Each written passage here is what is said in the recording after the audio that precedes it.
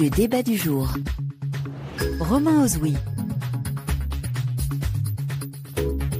Bonsoir à tous. C'est un phénomène mondial qui ne cesse de prendre de l'ampleur, le phénomène ChatGPT, ce robot conversationnel capable à la fois de rédiger des dissertations ou encore de résoudre des problèmes de maths.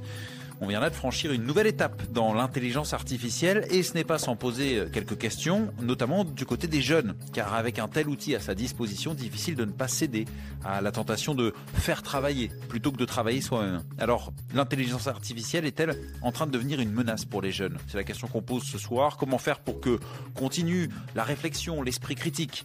Comment utiliser de manière positive l'intelligence artificielle ? Soyez les bienvenus.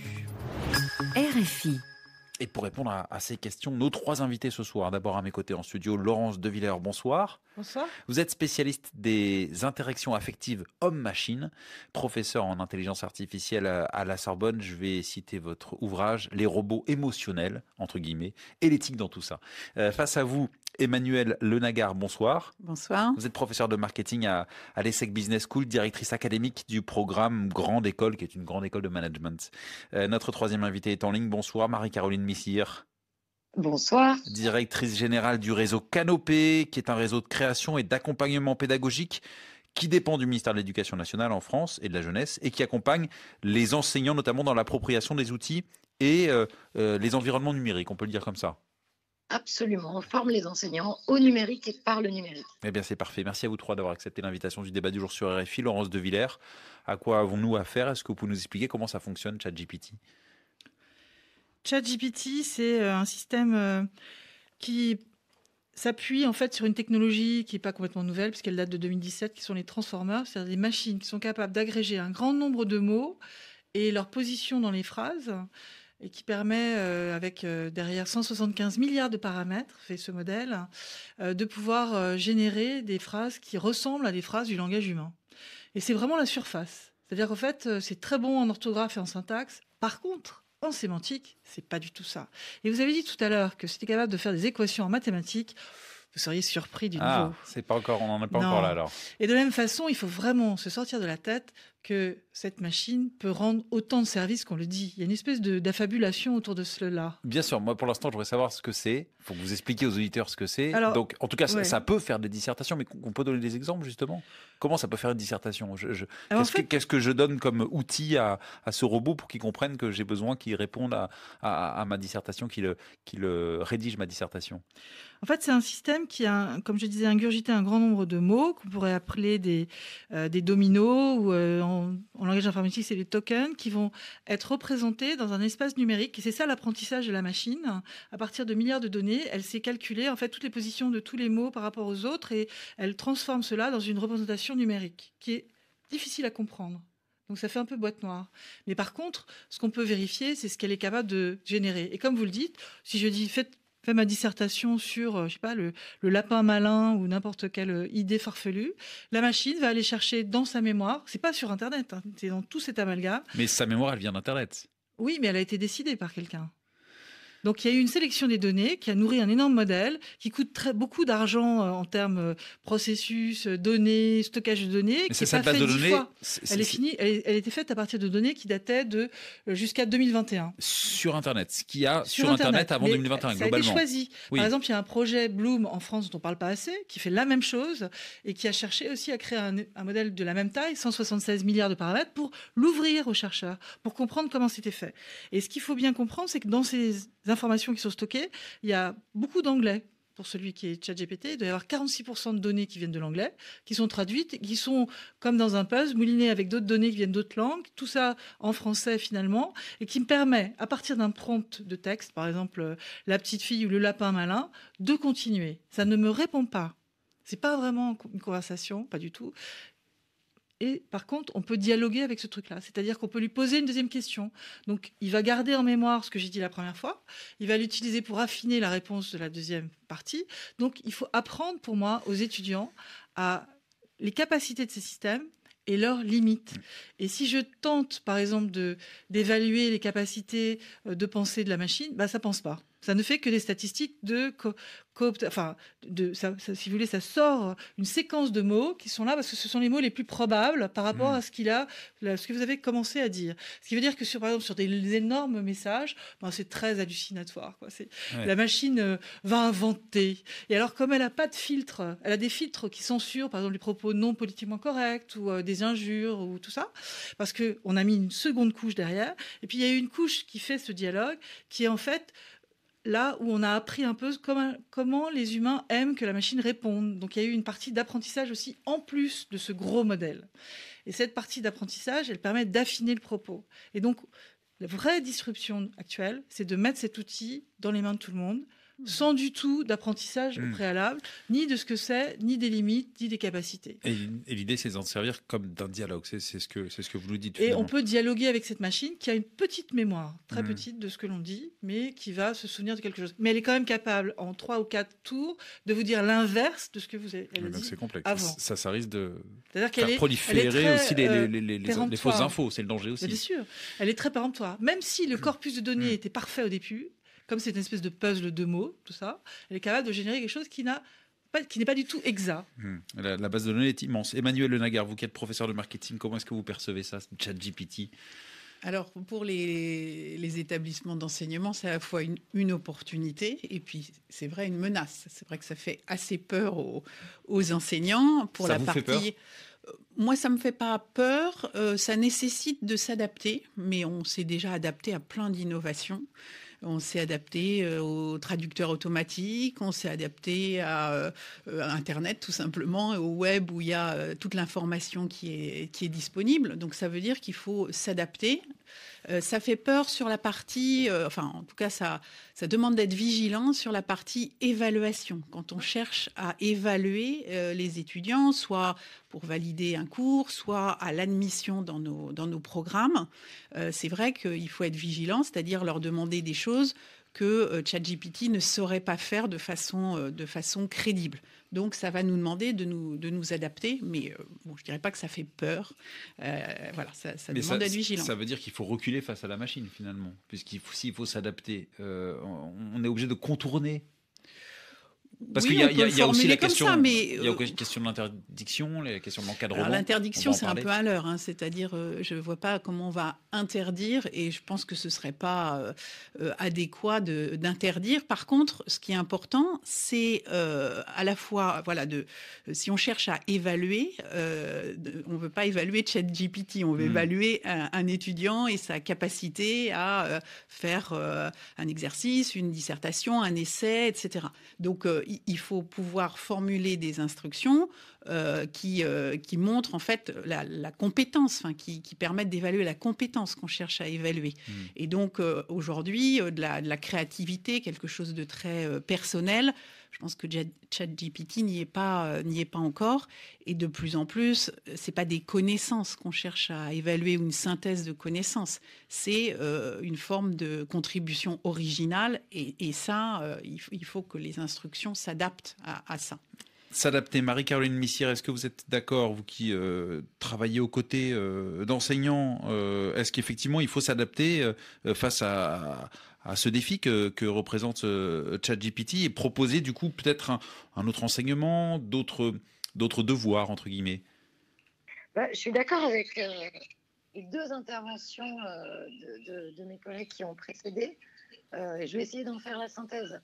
Je pense qu'effectivement, ça crée des peurs chez les enseignants, c'est tout à fait normal. Toute proportion gardée, ça me fait un petit peu penser à ce qui s'est passé il y a un peu plus d'une dizaine d'années quand les MOOC, vous savez, ces cours en ligne massifs, sont arrivés, où on a assisté à des discours sur le remplacement du professeur par la machine et par l'accessibilité universelle du savoir. Ça n'a pas eu lieu, mais ça a changé les modalités pédagogiques. Là, je pense qu'on est en face d'un phénomène qui est extrêmement rapide. Et donc, il faut que l'éducation nationale, l'enseignement supérieur monte dans ce train, au sens où on ne peut pas désormais ignorer une part d'appropriation de ces outils numériques dans la manière de faire classe et dans la manière dont on va intégrer le numérique dans ces pratiques. Donc très concrètement, nous, ce qu'on fait à Canopé, qui est chargé de la formation continue des enseignants au sein du ministère, c'est qu'on a regardé ce phénomène très rapidement et on est en train de développer des formations pour comprendre ce que c'est que cette intelligence artificielle, comment fonctionne ChatGPT, comprendre déjà et donner quelques exemples ou propositions de la façon d'intégrer cette technologie dans des séquences de classe pour surmonter tout ce qui peut être lié à la peur de ces intelligences artificielles qui, de toute façon, imposent à nous. On le voit bien en quelques mois dans le débat médiatique et désormais dans les pratiques, parce que il faut être curieux, c'est extrêmement intéressant et marrant d'aller tester ChatGPT, et donc les collégiens y sont, les enseignants s'y essayent, donc on est dans une période un peu d'ébullition, et je pense qu'on peut tout à fait dépasser une interdiction qui ne me paraît pas adaptée et avoir une pratique à la fois curieuse et d'intégration de ces outils dans des expériences pédagogiques. Former pour s'adapter, vous nous dites quel type de formation vous proposez justement ? Par exemple, on a fait une formation qui réunissait des professeurs documentalistes il y a quelques semaines, qui étaient réunis à la BNF, une formation à laquelle nous participions, et on a présenté donc, le fonctionnement de ces IA, et notamment des IA conversationnelles et de ChatGPT. Tout simplement avoir une présentation de vulgarisation, de compréhension. On a besoin des chercheurs pour ça, pour muscler ces formations et ces présentations, et puis d'avoir un dialogue et quelques exemples d'utilisation intéressante, pédagogique de ces technologies qui puissent être ensuite accessibles. Mais ce n'est qu'un début, et ce volet d'offres de formation, on va énormément le développer dans les prochains mois avec l'aide des chercheurs qui vont nous aider à muscler ces formations et surtout à s'adapter à cette technologie qui va être très rapide. C'est surtout ça, je pense, qu'il va falloir, le défi qu'il va falloir relever. Et je pense que s'adapter et évoluer avec la technologie qui n'a jamais été prégnante et dans une diffusion aussi rapide, ça va être ça le défi. Laurence de Villers. Oui, je pense qu'il faut effectivement que les professeurs s'adaptent, mais il faut aussi que les professeurs débattent avec les élèves sur les limites, l'utilité, la façon dont ils l'utilisent. Donc moi, j'ai l'impression qu'on va prendre beaucoup de retard si on pense qu'il faut déjà former les enseignants-professeurs avant d'arriver à parler aux élèves. Nous a dit Marie-Caroline. Et ça va très vite. Donc cette idée, pour moi, de débattre à l'école, elle peut être assez agile. Nous, par exemple, moi, je suis présidente de la Fondation Blaise Pascal de médiation en mathématiques et en informatique, qui a été initiée par le CNRS, les grandes écoles à Lyon et l'INRIA, avec Cyril Villani, qui en était aussi dépositaire et qui a lancé cette bonne idée. Et on fait des capsules IA éthiques, par exemple, qui sont des petits films où on montre les déboires des gens avec ChatGPT ou des erreurs à droite à gauche. On montre aussi la position des filles et des garçons. Je pense que c'est une énorme chance quelque part de voir que ça va dynamiser l'effort qu'on doit faire à l'école pour apprendre aux enfants à se servir de ces outils et à pas tomber dans le piège de l'hallucination, de la facilité, de la paresse. Parce que ça sera facile pour les enseignants de débusquer quand ils utiliseront ces systèmes, et que lorsque j'ai vu, moi, évaluer, si on parle de l'évaluation, déjà en 2018, un professeur au Japon qui disait « j'ai un système qui passe les QCM de médecine mieux que la moyenne de mes élèves ». Alors c'est une question que j'aurais posée, je peux vous la poser peut-être, Emmanuel Le Nagar, professeur marketing ESSEC Business School et directrice académique du programme Grande École. Est-ce qu'on peut justement voir quelqu'un qui a réalisé sa copie sur ChatGPT ? Je pense que c'est trop tôt pour... Alors déjà, ça dépend des instructions. Et donc, c'était le sens de mon propos de tout à l'heure. C'est de dire qu'il faut aussi adapter les modalités d'évaluation. Et donc, demander des choses peut-être un peu différentes de ce qu'on demandait avant ChatGPT. Il y a une autre notion qui est celle de transparence. Donc, encore une fois, il faut voir faut réfléchir à ce qu'on cherche à évaluer quand on demande un essai, quand on fait un QCM, etc. Et donc, il y a des cas où peut-être autoriser l'utilisation d'un outil comme celui-là peut être pertinent à condition que ce soit transparent. C'est-à-dire que je comparerais ça, par exemple, à des outils de traduction automatique. Ça peut aider d'avoir un outil de traduction automatique. On l'utilise, beaucoup de gens l'utilisent. Simplement, il faut être transparent. C'est-à-dire, on l'a utilisé et on a relu, adapté, ajouté, et on y a une part de création originale. À partir de là, ça peut-être aider à aller plus loin, à condition que ce soit transparent et qu'on ait bien évalué la compétence qu'on cherche à évaluer, qui est peut-être pas celle de faire une synthèse de milliers de sources, mais d'ajouter quelque chose et d'avoir une contribution originale. Mais est-ce que vous êtes d'accord avec ce que disait Laurence de Villers, que finalement, il faut que étudiants et enseignants travaillent ensemble? Alors, qu'on forme les enseignants, évidemment, comme disait Marie-Caroline Missire, parce qu'on est peut-être à un tournant. Vous avez dit que c'est pas le premier défi technologique, mais celui-ci est de taille. Et ça ne cesse de prendre de l'ampleur. Donc, contourner, c'est une chose, mais jusqu'à quand? Comment travailler main dans la main entre étudiants et enseignants? Faut débattre. Il y a des expérimentations, des expérimentations qui doivent être menées. Par exemple, j'avais lu dans une école de commerce l'idée que l'enseignant avec les étudiants travaillait autour de plusieurs copies pour on va essayer de trouver celle qui a été faite avec ChatGPT. Ce sont des outils intéressants? Oui, ce sont des outils intéressants. Après, il y a aussi des outils, paraît-il, qui vont permettre de détecter ce qui a été produit d'utiliser l'intelligence artificielle pour détecter ce qui a été produit par l'intelligence artificielle.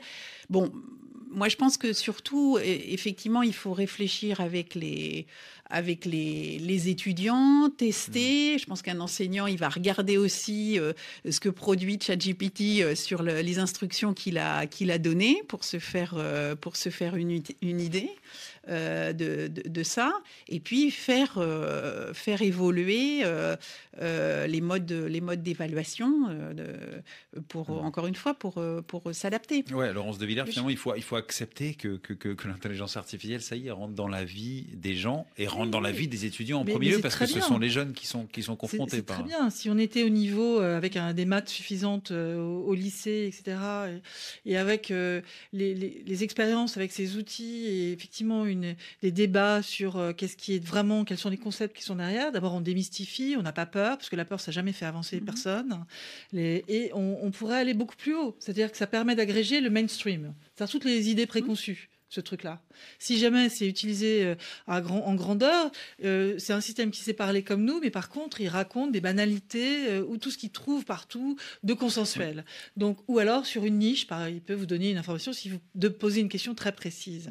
Mais il faut arrêter. Je veux dire, d'abord, quelle est la notion de vérité dans ces systèmes? C'est en train de bien démontrer qu'on peut faire beaucoup de fake news avec cela. On peut aller sur de l'hallucination, parce que quand il ne sait pas répondre, il dit que c'est comme ça, et il invente des choses. Après, je vais citer un témoignage.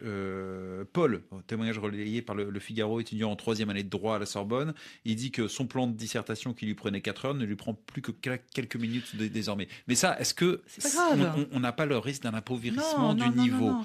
C'est pas grave si c'est pour faire un plan et si derrière lui, c'est lui qui élabore des idées à partir de choses à droite à gauche. C'est pas le verre à moitié plein, ça, parce que on sait très bien que quand on a 18 ans, 20 ans, on peut ne pas toujours avoir la conscience, la maturité de se dire non, pour moi, évidemment, il faut que je travaille. C'est à l'école qu'on doit démontrer ça. On doit leur montrer qu'on peut faire un plan et tous les défauts de ce plan et dire qu'on peut aller plus loin. Marie-Caroline Missire, c'est à l'école. Alors ça vous parle, vous qui êtes directrice générale du réseau Canopé.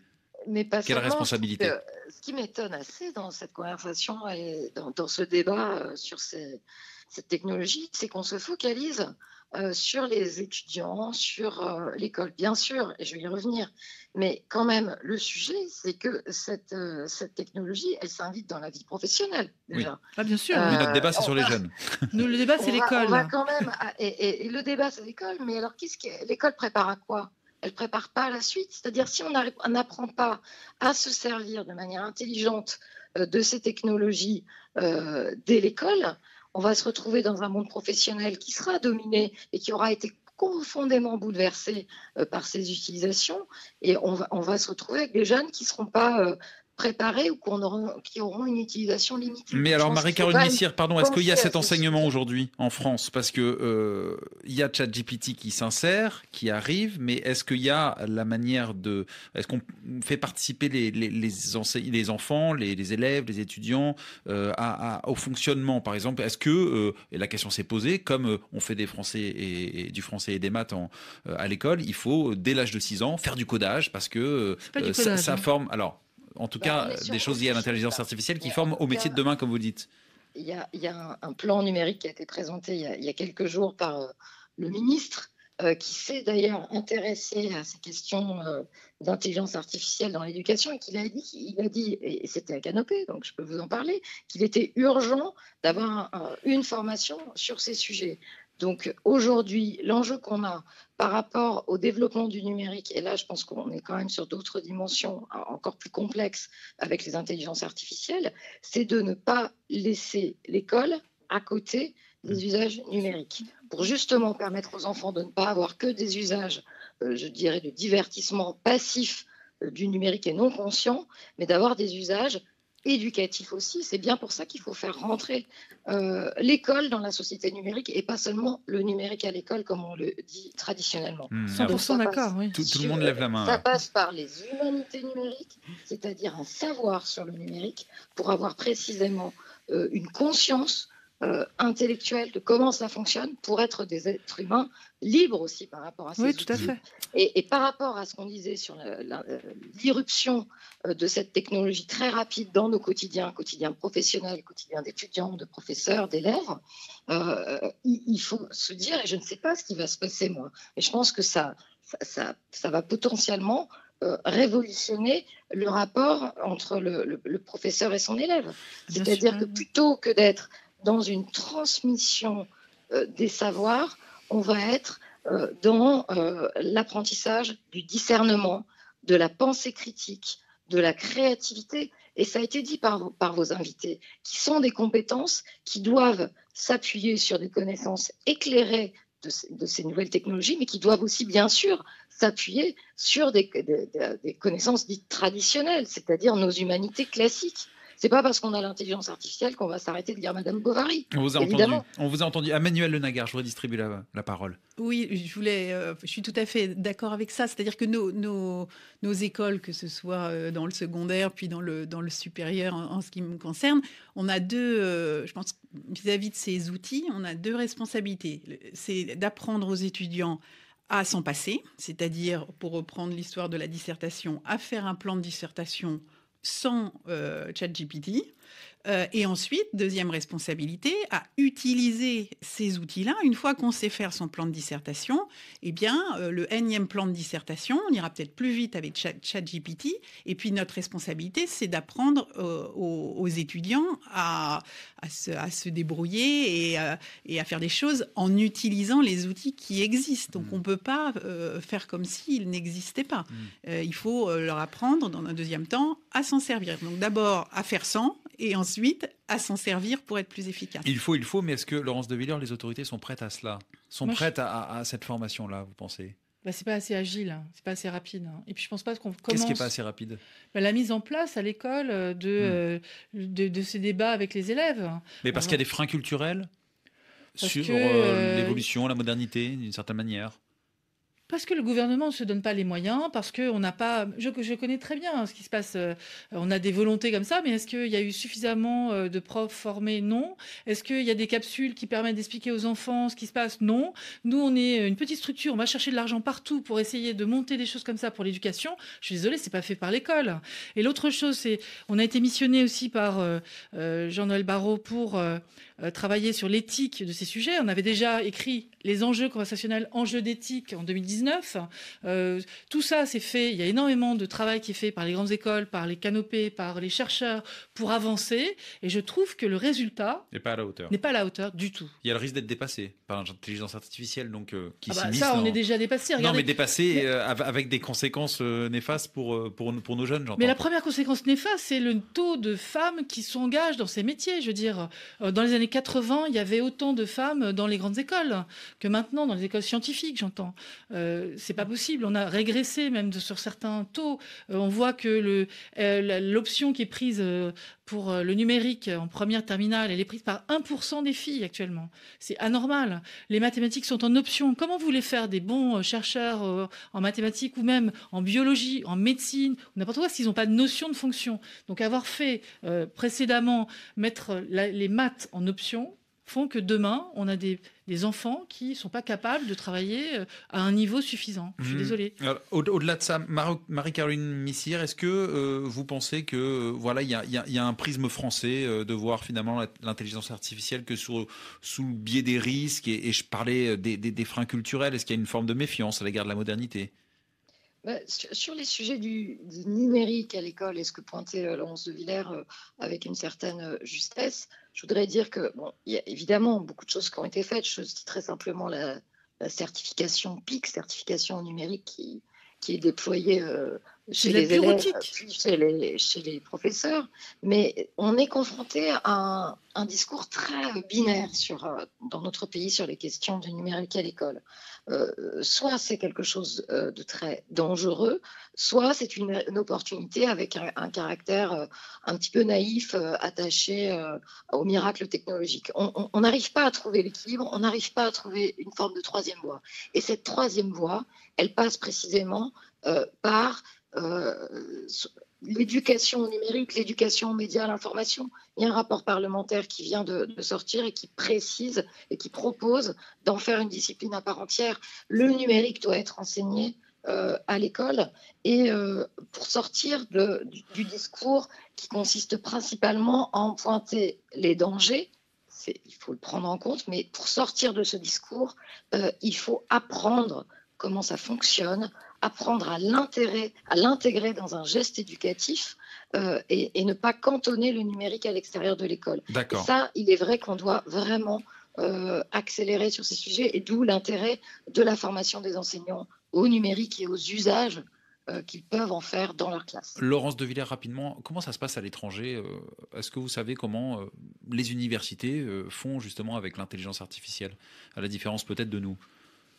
On n'a pas eu que des exemples très positifs. New York a dit la même chose à l'université de New York. On interdisait le ChatGPT, ce qui est complètement inadéquat. Je pense qu'on oublie un truc aussi, c'est qu'il y a une guerre dans tout ça, dans le numérique. C'est-à-dire que ChatGPT, ça vient de l'Amérique. Il y a 50% d'anglais dans le système. C'est-à-dire que ce qu'on va apprendre à travers ce que le système va recracher comme ligne, c'est avec finalement une syntaxe qui vient plutôt de l'anglo-saxon que du français. Il y a moins de 5% de données de français. Et on a une solution en Europe qu'on voudrait monter. Pourquoi est-ce qu'on n'est pas tous derrière? Pourquoi vous ne parlez pas de Bloom? Qui en parle? Ce projet où il y a eu 1000 chercheurs qui ont travaillé, le CNRS, le ministère de la Recherche a mis de l'argent. Pourquoi le gouvernement n'en parle pas? Je ne comprends pas. Je ne comprends pas pourquoi on ne valorise pas les efforts qui sont faits et pourquoi on ne les amplifie pas. On a là non pas un chat Bloom, mais juste Bloom, c'est-à-dire le modèle de langage qui fait 176 milliards de paramètres et qui est là un peu plus cohérent, c'est-à-dire qu'on a 30% d'anglais, 12% de français, etc. et plein de langues européennes et plus lointaines que de nous et peu dotées. Et c'est très intéressant d'aller regarder ce que c'est. Donc c'est totalement inhumain, ça ne recrache pas forcément un texte juste. Il faut comprendre que derrière, on a cette compréhension multilingue, multitâche, et que l'interactivité qu'on a créée sur ce système, c'est quelque chose qu'on doit vraiment apprendre sur les qualités que peut fournir ce système. Et ça interroge sur l'influence, encore une fois, de cette intelligence artificielle. On a parlé de capitalisme numérique, Emmanuelle Le Nagard. Il nous reste 30 secondes. Moi, je voulais, sur la vitesse, je voulais revenir sur cette idée de vitesse et de dire on va former les enseignants pour qu'ils forment les étudiants. Je pense que ça va trop vite et qu'aujourd'hui, il faut s'inspirer des usages des étudiants. Et sur d'autres technologies, ça a été le cas. Et voir entre professeurs, voire ensemble. C'est une intelligence collective, multi-âge. Absolument. Et c'est par les usages, ils vont très vite, les étudiants. Et c'est en observant leurs usages qu'on va aussi pouvoir bien s'adapter. Et on a bien compris que l'intelligence artificielle n'est pas une menace si elle est bien utilisée. Mais comment bien l'utiliser, c'est la question par cette formation qui aujourd'hui n'est pas à niveau, c'est ce que vous nous dites. Il faut de l'intelligence collective. Merci beaucoup, spécialiste des interactions affectives homme-machine, professeur en intelligence artificielle à la Sorbonne. Merci Emmanuelle Le Nagard. Agar, professeure de marketing à l'ESSEC Business School, directrice académique du programme Grande École. Et merci Marie-Caroline Missire, directrice générale du réseau Canopé. Merci à Florence Ponce à la préparation de ce débat. Laurent Philippot à sa réalisation. Restez à l'écoute de la Radio Mondiale dans 30 secondes. RFI Soir.